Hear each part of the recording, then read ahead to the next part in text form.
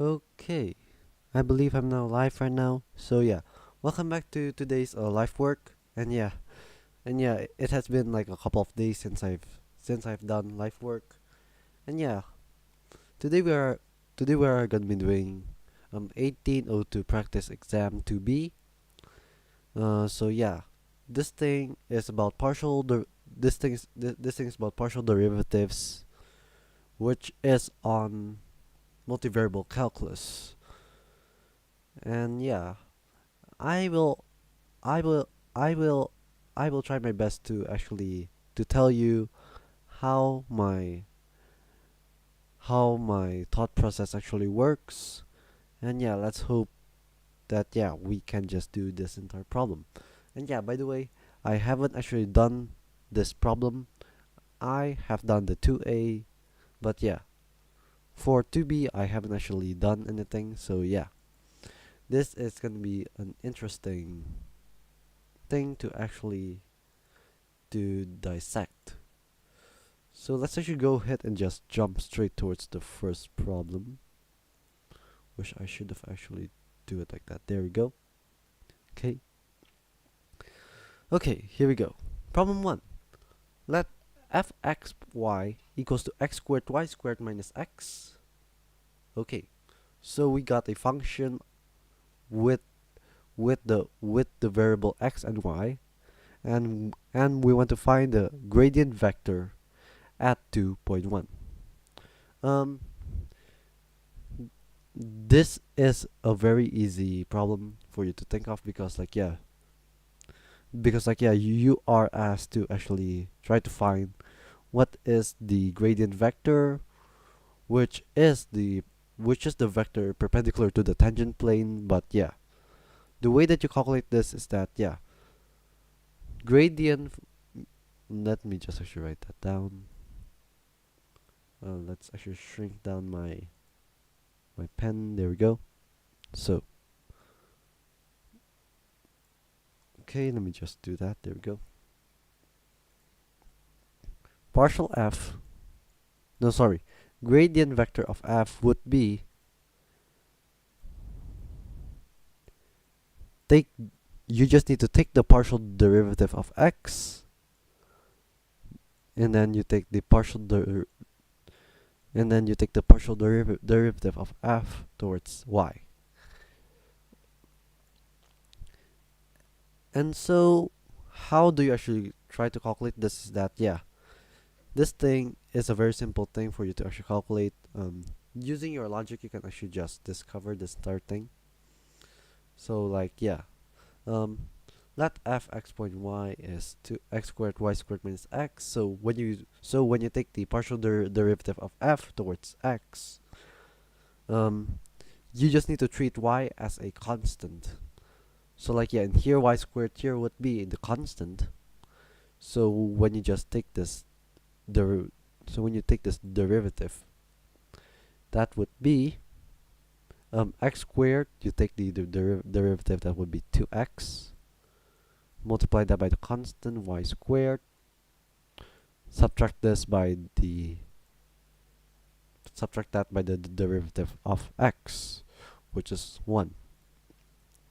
And then for fy, it's same thing, but yeah, you just treat y as the variable and everything else to be the constant. Like the x here would be the constant, so this would be 2x squared y minus x, but yeah, minus x here is constant, so yeah, that's that. So that's actually pretty quick. Yeah, that's pretty quick.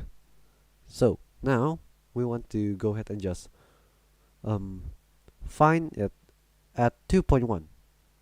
So we want to find the vector when the x is 2, the y is 1. So you could just simply put it into your gradient vector. That would be 2 times 2 times 1 squared. That would be 4 minus 1. That would be 3.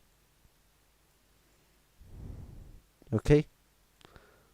And then after that, 2x squared y, that would be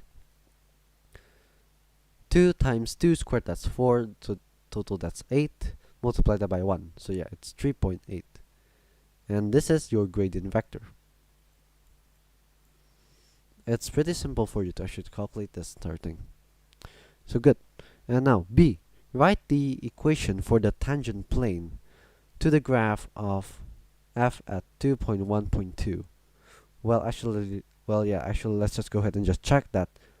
If you just plug in 2 and 1, you should get a 2. So yeah, 2 times 2 squared, that's 4, times 1 squared, that's 1, so total that's 4. Subtracted by 2, so that will be 2. So yeah, in fact, that's correct. Oh wait, I haven't actually labeled this A. There you go. So B. So okay, 212 here is correct. And so now we want to find the tangent plane to the graph, but you should realize that the gradient vector here actually is actually perpendicular. It's normal to the plane, to the tangent plane. So yeah, using your geometry that you have done, which you should have done, you should know that the function here should be 3x plus 8, like that. 8y. Yep, it should be 3x plus 8y. But wait, something is actually missing. This is a function x prime y. Okay. For the tangent plane to the graph of f at 2.1.2. Unfortunately, wait, what? My logic doesn't seem to connect with this. Let me think. Well, I know that the gradient vector would actually be important for the starting.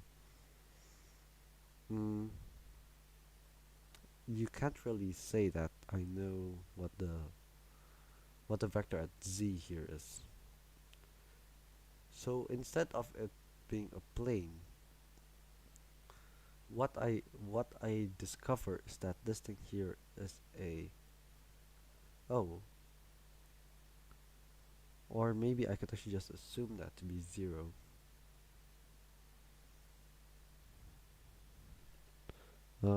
Let's actually see that.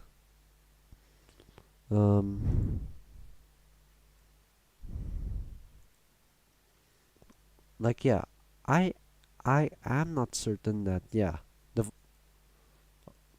that the one that you give is actually the correct thing, because like yeah, that thing is a three-dimensional point, which is something different. But yeah, I guess that you should only consider the 2 and the 1. But yeah, if you actually assume that there is a z axis, for me that would be the f. But if it is not, that means that we need to know what the function is towards z, which might be the issue.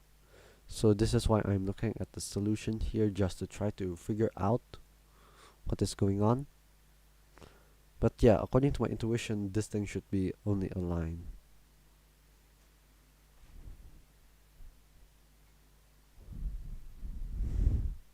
Yes, that's correct. Part B, z minus 2 equals to 3x minus 2 plus 8y minus 1. Oh, okay, I guess that could work. Like, yeah, technically it would work. Yeah, sure. Yeah, sure, why not? Because like we are, I don't know how to actually say this. But yeah, this thing is actually the plane. Yeah, this thing here is actually the plane. So it's actually z would equal to, for me, wait, no, actually, for you to figure out the plane, that would be a z minus 2. Like, yeah, the 2 comes from the axis here. This would equal to the partial derivative of x. That would be 3 times x. Subtract that by 2. That thing comes from here. And then after that, you want to take the y, something like that. And obviously you could actually just simplify this entire thing. So what you'll get is actually z equals to 3x minus 8y plus, sorry. And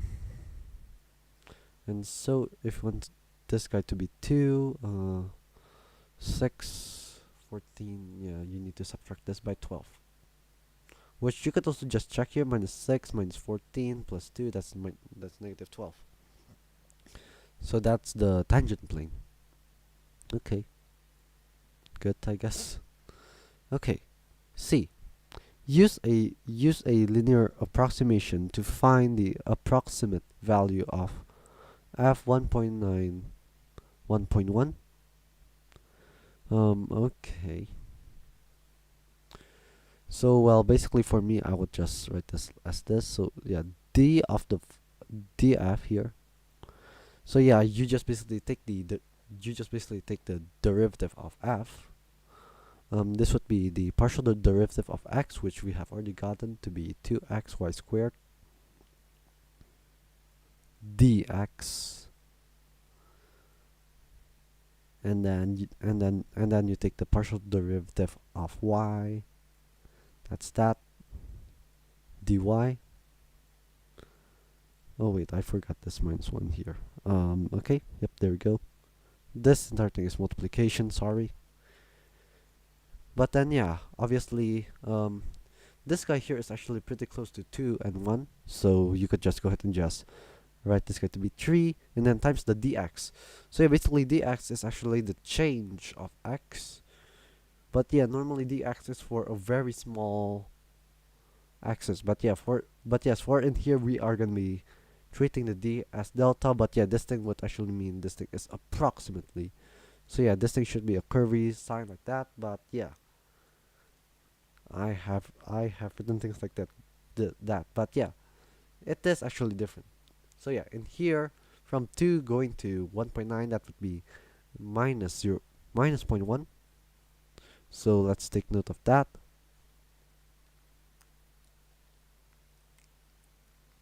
And then after that, we want to add this by 8, which is the one that we have already calculated. Multiply this by the dy, which is the change of y. In this case, it goes from 1 to 1.1. That means that you just need to multiply this by 0.1. And so this would mean that, yeah, negative 0.3 plus 0.8, that would be 0.5. And so, what is f at 1.9, 1.1? This thing here would be approximately, remember that this thing is approximately, so yeah, approximately this is, this would be the initial f that you got, which is 2, added by the change of f. So this would be approximately 2.5. And that should be the correct answer, which it is. Good job. Okay. Part D here. Find the directional derivative of f at 2.1 in the direction of negative I plus j. This is something a bit much more complicated, but you still but you can still actually solve this. So yeah, for me personally, I actually forgot a bit of the formulas, but yeah, let's just write this guy down. df over ds, which was going on the u hat direction. This would equal to, let's see, I believe that's how you write it. Okay, this would be the gradient vector dot the u vector, this guy here. And so obviously we have already figured out what the gradient vector here is. In this case, we got this to be 3.8 because what we are actually calculating this guy is at 2.1. Good. But then now we want to actually to convert this guy here into a unit vector. So you got negative I plus j. So yeah, you could just write the direction first, negative I plus j hat. But then yeah, obviously this guy's magnitude is pretty much square root 2. So you could just divide it by square root of 2 to get the magnitude to be 1. And yeah, if you don't know about this, it's basically negative 1 squared plus 1 squared. That will be square root of 2. And that's actually the magnitude of the vector. So yeah, I highly recommend you to actually study about vectors first. And so yeah, so now you take the dot product of these two here. And so when you take the dot product, the I goes to the I, which this guy goes to this guy goes to this guy. I know that yeah, we are writing this in two different ways. One of them is using the angled brackets, the other one is using unit vectors in component wise, I believe that's called. And so when you calculate this starting, this would be negative 3 square root 2, 3 over square root 2, plus 8 over square root 2, which is basically just simple multiplication. And yeah, for dot product, it's I times I. Wait, no, sorry. The component vector of x towards the component vector in the other guy of x, added by the component of y multiplied by the component of y of the second vector, and then you just sum them both up. So when you got this, you could actually discover this guy to be 5 over square root 2. That would be 5 square root 2 over 2. And that would be the answer for part D. Yep, it is actually a bit of a complicated thing, but yeah, you need to actually get used to this. So yeah, that's the very first problem. Very good, right? Yeah.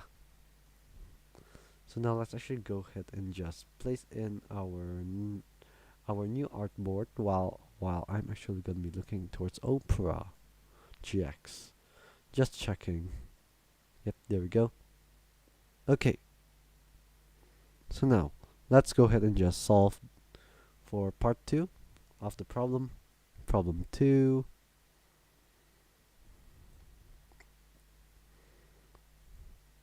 Place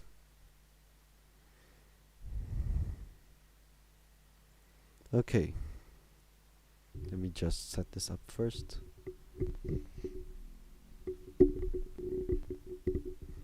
Okay, there we go.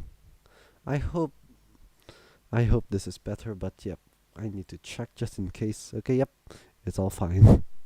Okay, problem 2. On the contour plot below, mark the portion of the level curve f is 2000 on which delta f, no sorry, that's not delta, but yeah, df dy is bigger than 0. Okay, so we want to analyze this picture here.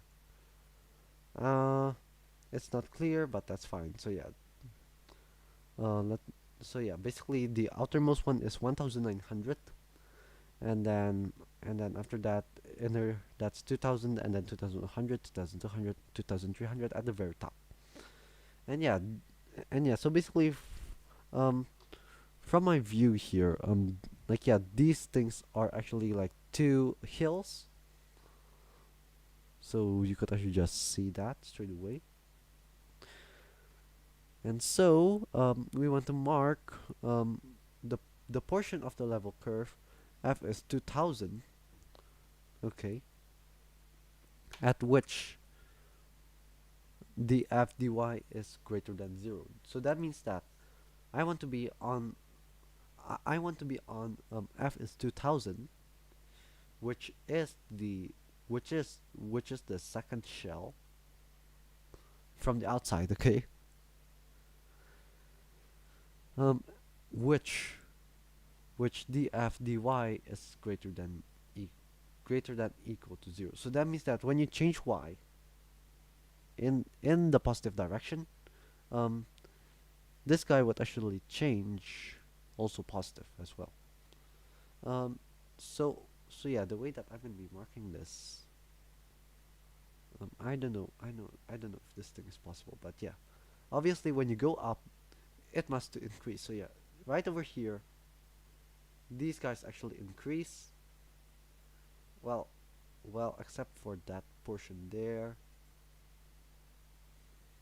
like yeah, only some of them actually increases, and then yeah, when it just reaches the point, that will be equal to 0. But yeah, actually equaling to 0 is fine. So yeah, I can still actually draw it like this. Good. But then obviously we are going to be trying to check some more points on the outer rim. When you go there, that would be negative. But then at here, this would go positive. Well, actually this portion here is positive there. This portion here is also positive. There we go. And I believe that's all, actually. I don't think there's anything else. Yeah. So those are the things. Okay, that's quick. Very good. So yeah, this thing is actually a very simple problem to solve, which we are actually lucky. Okay, problem 3.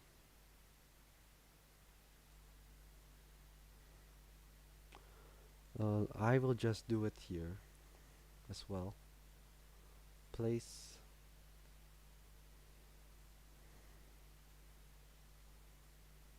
There we go. Okay. Um. Okay, that's only until B, right? I'm just checking just in case. Yep. It only goes until B. Okay. Part A.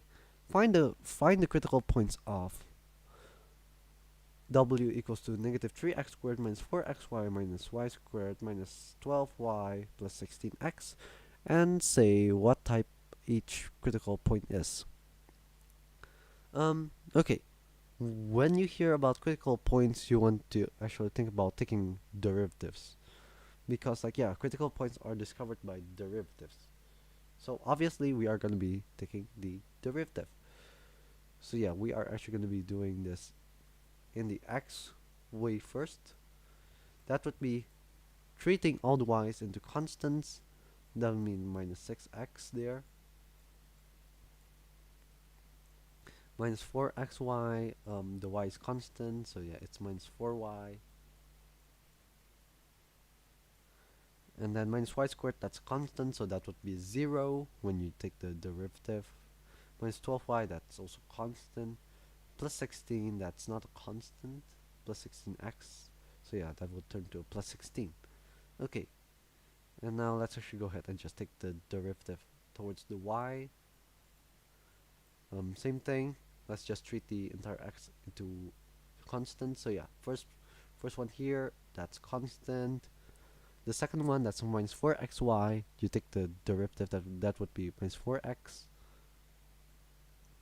And then after that, minus y squared, that would be minus 2y. Uh, negative 12y, that would be negative 12. And then plus 16x, that's a constant. So yeah, that would be 0.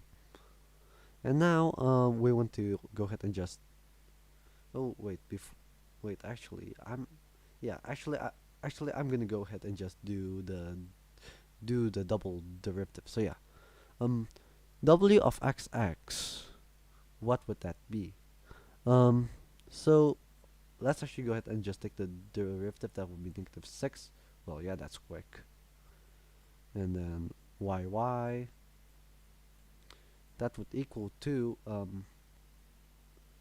you take the x as the constant, so that would be negative 2. Yes. And now, what about omega xy, which is actually equal to omega yx. So yeah, you take x first, and then after that you take the y. So yeah, you take this wx here, and then you just take it by the y. That would be negative 4. And this would be the same as wyx. It would be negative 4 as well. And so when you actually just do the calculation for this second derivative test, um, it should follow like this rule here. Omega xx, multiply this by omega yy, subtract this by the omega xy squared. And then yes, depending on the value, it would actually determine some stuff. So okay, let's just go ahead and just plug the numbers in. Negative 6 times negative 2, that's 12. Okay. Subtract this by 16. This would be negative 4, which is actually a number less than 0. What happens when it is less than 0? This would be a saddle point. Saddle.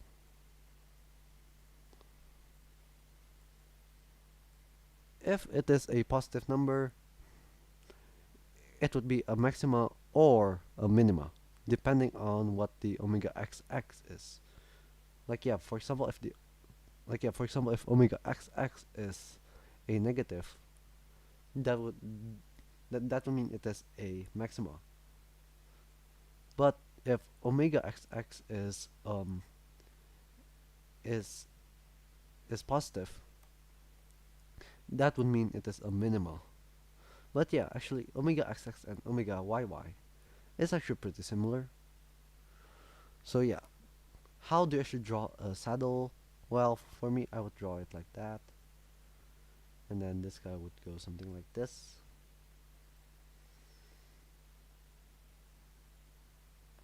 So let me just go ahead and just try to sketch this guy there.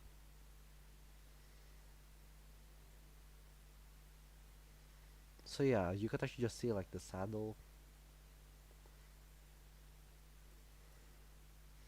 Well, I hope that you can. So yeah, it is basically like a saddle, and yeah, basically that yeah, and so yeah, basically in one direction, it actually goes positively, but then yeah, in the other direction, it goes negatively. So yeah, that's that. So this is actually a saddle point. Well, you could actually just go ahead and just look using using a what do you call it? A 3D graphing calculator, which is obviously not used when you actually go and do an exam. But yeah, I am gonna go ahead and just check it for myself. That's minus 3x squared minus 4xy. And by the way, I am using GeoGebra to do this, which is actually a very powerful tool when you just actually go and actually draw stuff, which is basically what I do. The 16x, something like that. So yeah, the fact is that it is always it is gonna be always a it is always a saddle point. Yep, I did actually see the saddle there. um so yeah, um but yeah, obviously we are gonna be trying to find where is the critical point. um so yeah, we just need to evaluate this equal to 0. That's basically how it works when you just try to find a point. But yeah, in here, because this thing here is all constants of the so yeah, the double the derivative is always constant. So yeah, I just try to plug it in. But yeah, if if you don't know, no sorry, if it is still dependent of x and y, you need to figure out what x and y is, and then figure the entire thing out. So let's go ahead and just solve this problem here. Minus 3x minus 2y plus 8 equals to 0. So yeah, this thing is basically a, so yeah, you just need to solve for y, which is something that you should actually be able to solve at this point in time. Um, so yeah, basically I just actually just divide by 2 of the first equation, but yeah, the second one I didn't. And then when you just subtract this, guys, that should be x equals to negative 20. That's what should, that is what you should get. This would mean that y would equal to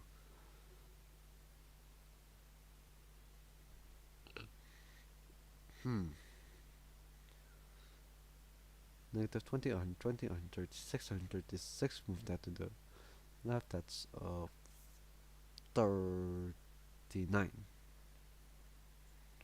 I believe it's 39. Let's check. Minus 60, 68, 68. No, it's not. I, I think it's 34. Let's recheck that again. 80 minus 12. That's 70. No, that's 68. 68 divided by 2. That's 34. Yeah. So yeah, basically the point is negative 20.34, and this guy here is a saddle. Okay, good. We have discovered this thing, and so now yeah, for part B, find the point of the first equation at x is bigger than equal to 0 and y is bigger than equal to 0, at which the w is largest. Hmm. Hmm. Okay, first things first. We have actually figured out that it's a saddle, and now we are actually going to be trying to figure it out. Where would where would it be the largest? So yeah, basically, calculating this is for me it's a bit complicated, but yeah.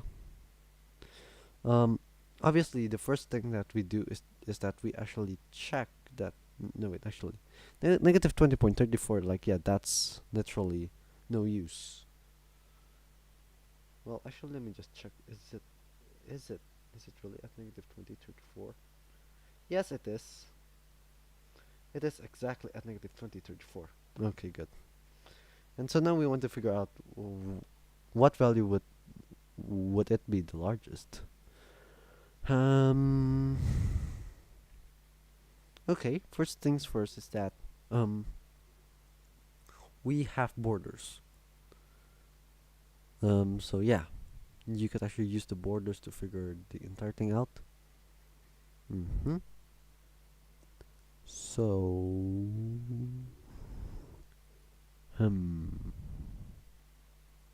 I'm actually uncertain about this because you could have a value. Yep, something like that, where it would later tend towards infinity. Yep, I figured out that. Find the point of the first quadrant at which. Did I actually plug something wrong? Just in case.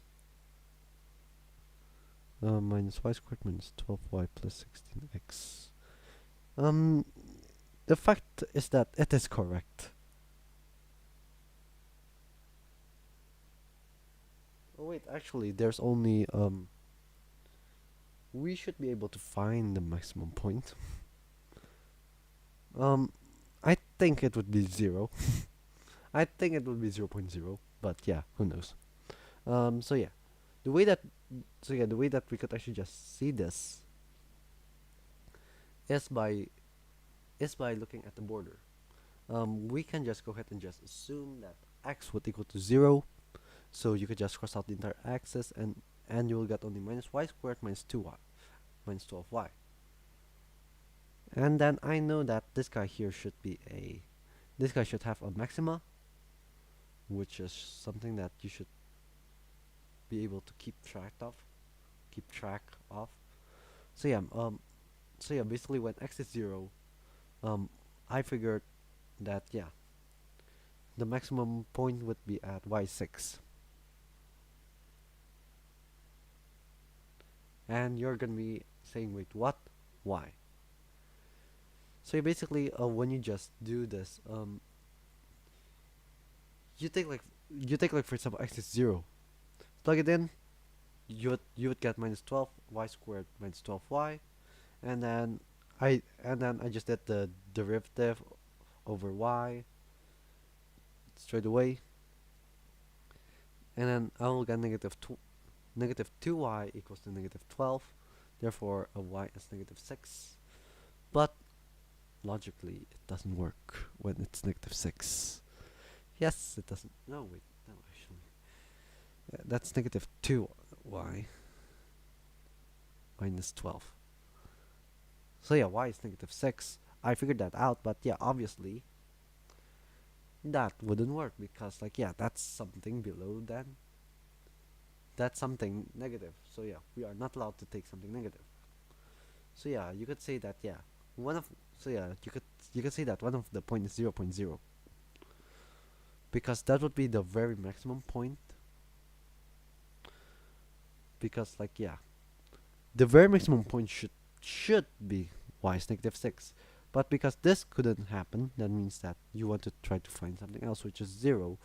But yeah, if you go more than that, it would be lower. Okay. But then what if y is 0? Figuring that out, that's negative 3x squared plus 16x. You take the derivative, that would be negative 6x equals to 16.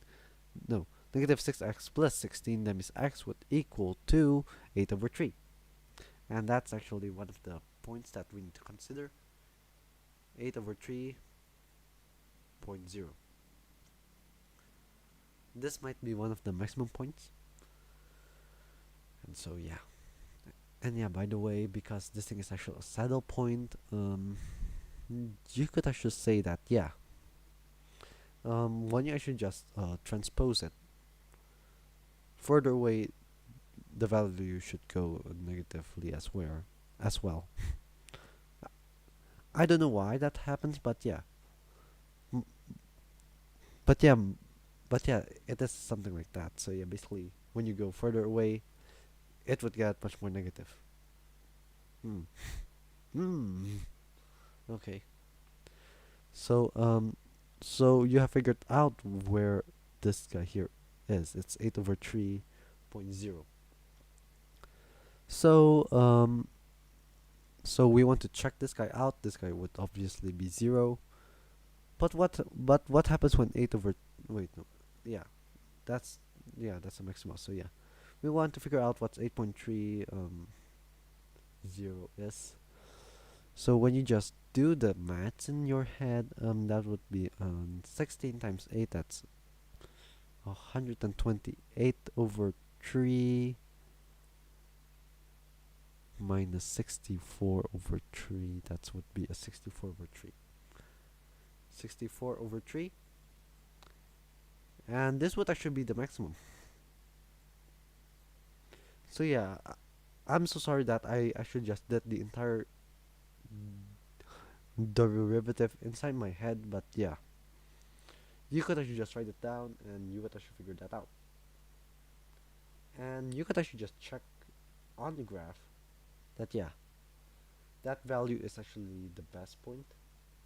So let me just find it first. Um, these strike of lightning.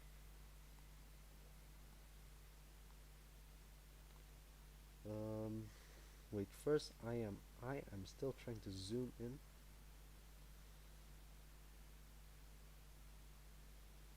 Mm,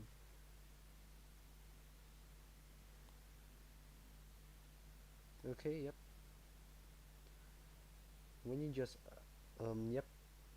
I have basically proven that, yeah, 8 over 3 is actually correct based on my analysis. Like, yeah, the height here is around 20, which is something that we have calculated. It's 20. It's like 21, which you could actually say something like that. So yeah, basically using this check, I would say that, yeah, it's approved that it's correct. Good. And yeah, I just basically skipped over lots of things. But yeah, anyways, let's actually just keep on continuing. Um, Problem 4.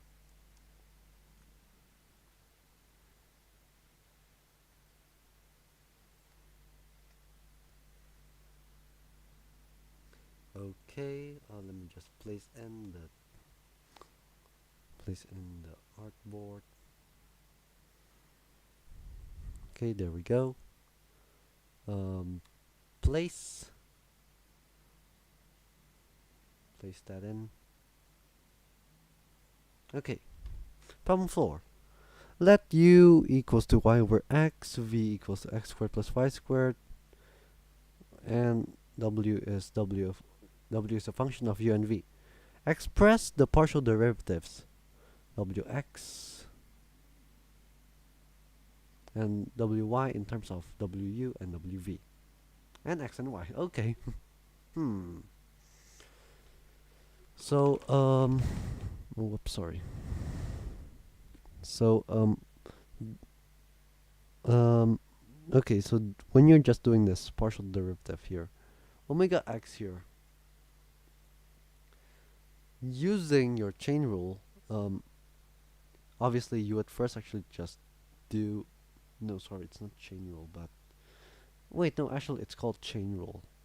No, it's like the product rule or something. I don't know. I you know what? Let's call that a product rule. So yeah, basically you just do the you just go ahead and just compute what omega u is, and then you multiply that by u of x, which in this case that would be a negative y over x squared,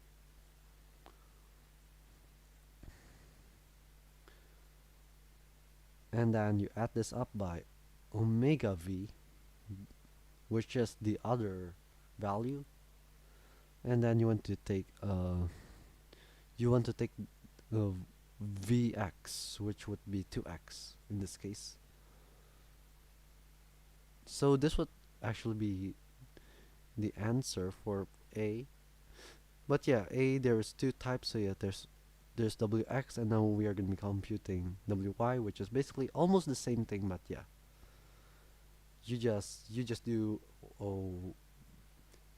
uy, which is 1 over x in this case, plus wv of 2y, and that's how you actually solve this starting. Okay, so B, express x wx and y wy in terms of wu and wv. Um, Write the coefficients as a function of u and v. Okay.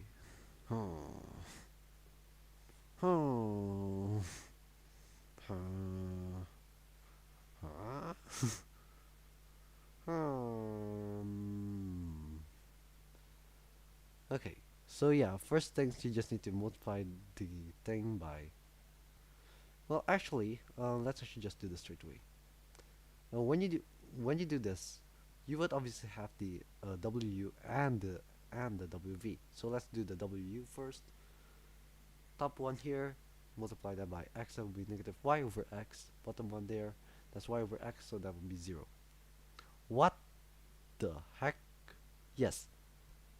So it's y times 1 over x, that will be y over x. Subtract that by y over x squared, multiply that by x, that's minus y over x, which is basically 0. Good. We have reduced one function. So now, what's WV now in this case? In this case, WV, when you just calculate it, calculate it, um, x, that's 2x squared plus 2y squared. So yeah, it's 2x squared. 2x squared plus y squared. So basically, you could just write this guy as 2x squared plus y squared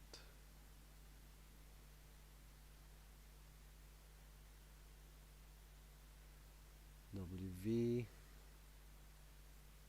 which is basically this guy here is actually V. So this would equal to 2V WV. Write the coefficients as function of U and V. Yeah, I know. Yeah, I know. Oh wait. Oh, oh wait. Oh wait. Sorry, my bad. Wait, no, actually. Oh wait. No. Wait, actually, yeah.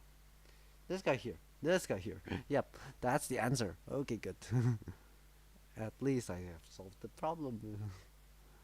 So now, C. Find x, w, x, y, w, y in case w equals to v to the power 5. So what's v to the power 5? You take the derivative over v, that would be 5v to the power 4, that would be 10 v to the power of 5. And that's the answer. Or you could write this guy as 10w. Just in case if you wanted. But yeah, obviously you don't need to write that down. But yeah, you just figured it out anyways. Good. Good enough for me. It's a me. Mario. So yeah, that's problem 4. Pretty quick, right? I know. And yeah, basically I just do this by using chain rule. I think this is called chain, but I don't know though. I think this is called chain rule. But anyways, let's go into the next problem. Problem 5.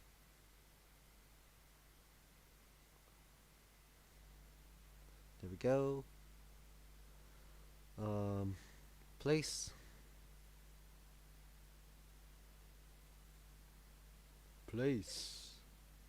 Place. There we go. Okay. Problem 5. Find the Lagrange multiplier equation for the point of the surface x to the power 4 plus y to the power 4 plus xy plus yz plus zx is 6, at which x is largest. Okay. So you want me to figure this entire thing out.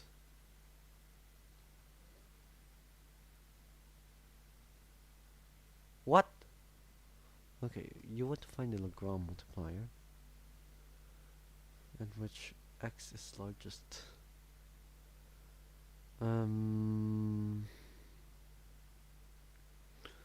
I cannot actually think using my intuition anymore. You couldn't actually say that to be function to be fx. That's actually gx. Move a little faster.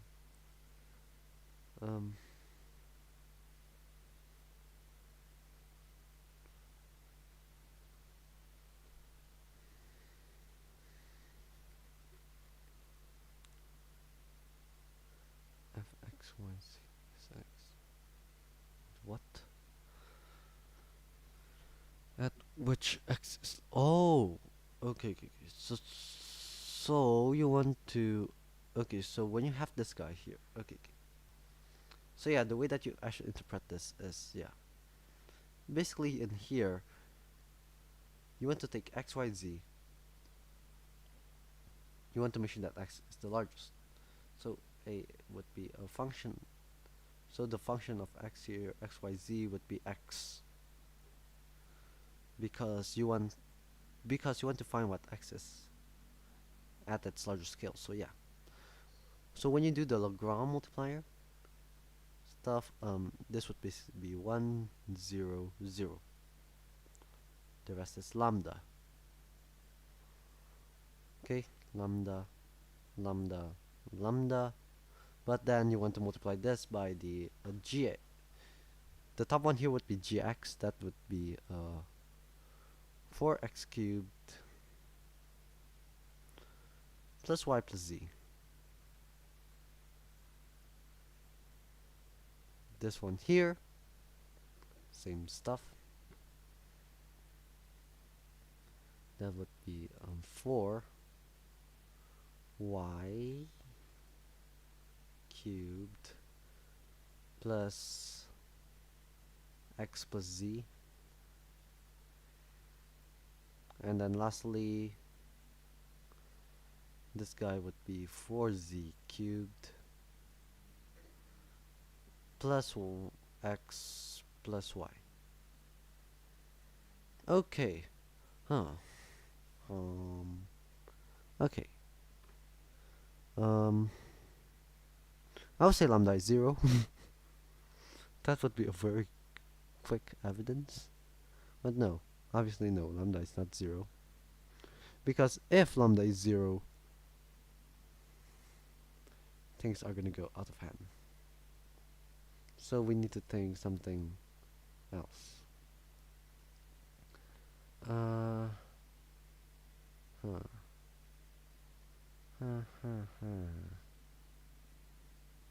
Oh wait, no, actually, you don't need to solve this. Okay, good. Good. Okay, no, it's not B. Given that x is largest at point x naught, y naught, z naught, find the equation for the tangent to the surface at that point.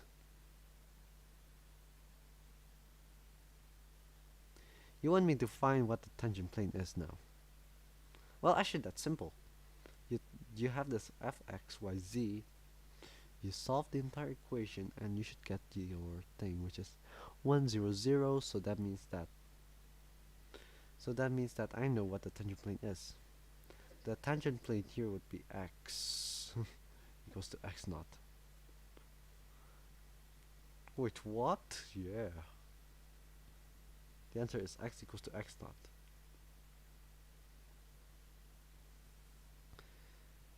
And so yeah, that's that. I figured this out pretty quickly. Because like yeah, obviously in my mind set, like yeah, I know what's the gradient vector, so that means that I know what the plane is. So that's actually a very quick way. Because like yeah, obviously you just take the thing x, y, and z, you multiply them all, you're just left with x, and then just plug in the entire number, you would get x naught. Pretty weird, but yeah, it works. Okay, let's actually go into our final problem.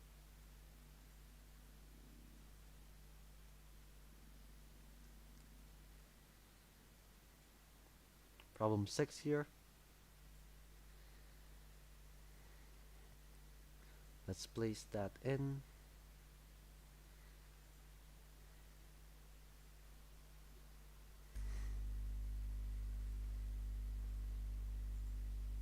Okay, there you go. Okay, suppose that x squared plus y cubed minus z to the power 4 is 1 and z cubed plus zx plus xy is 3. Take the total differential of each of these equations. So you want to find the total.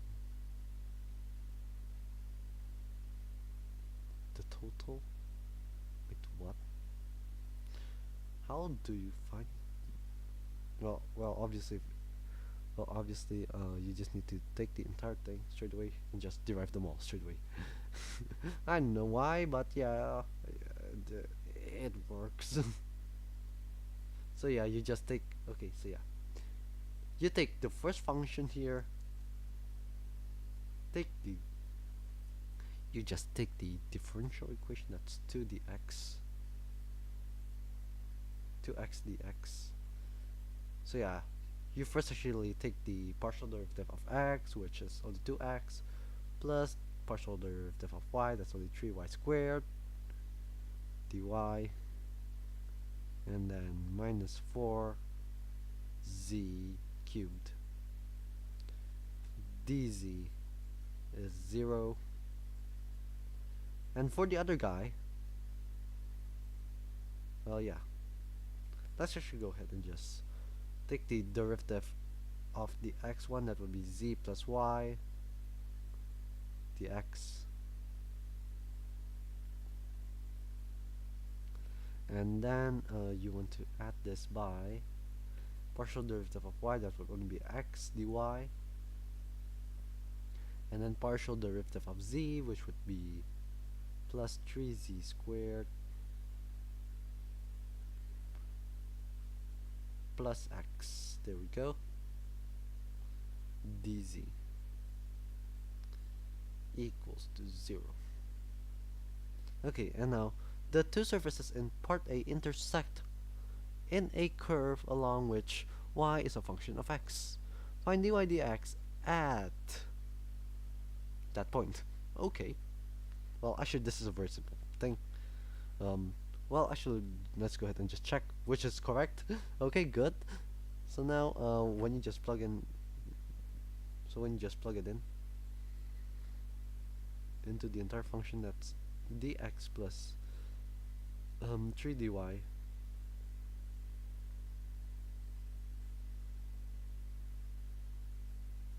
3 dy minus 4 dz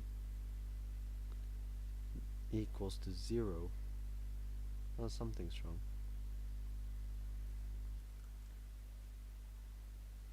Huh. Oh yeah, actually I can actually just remove that. Okay. And now let's actually, oh wait, could it be this? Oh yeah, probably. So yeah, this guy would equal to 0, and then when you plug in the entire ones, that's 2 dx plus dy, oh, dy, and then plus, plug in the ones in, that would be 4 dz would equal to 0. Okay, actually I can actually just sum these two up, so you could get 3 dx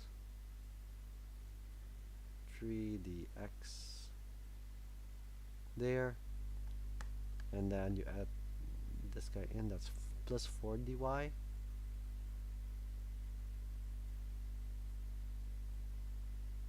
would equal to 0 total. And so now when you try to find what dy dx is, this should be a negative, so that's negative 3 over 4.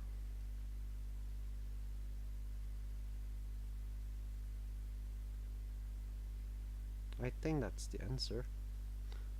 When you plug it in, I believe it should be negative 3 over 4, because like, yeah, it's basically simple manipulation, but no, it's incorrect. I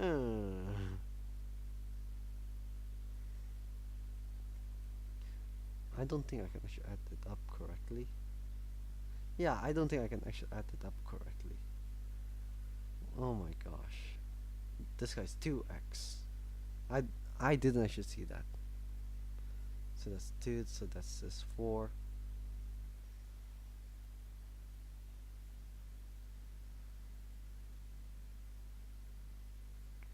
4. So that means the answer would be negative 1.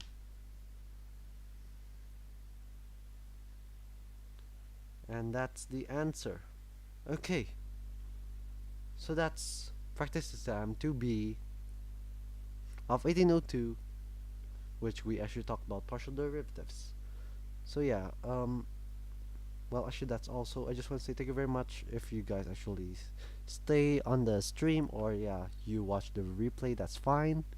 But yeah, at least that you are actually not introduced, but yeah, you can actually see how you actually use partial derivatives for. So yeah, thank you very much, and we will see you guys, I guess, tomorrow. So yeah, thank you and goodbye.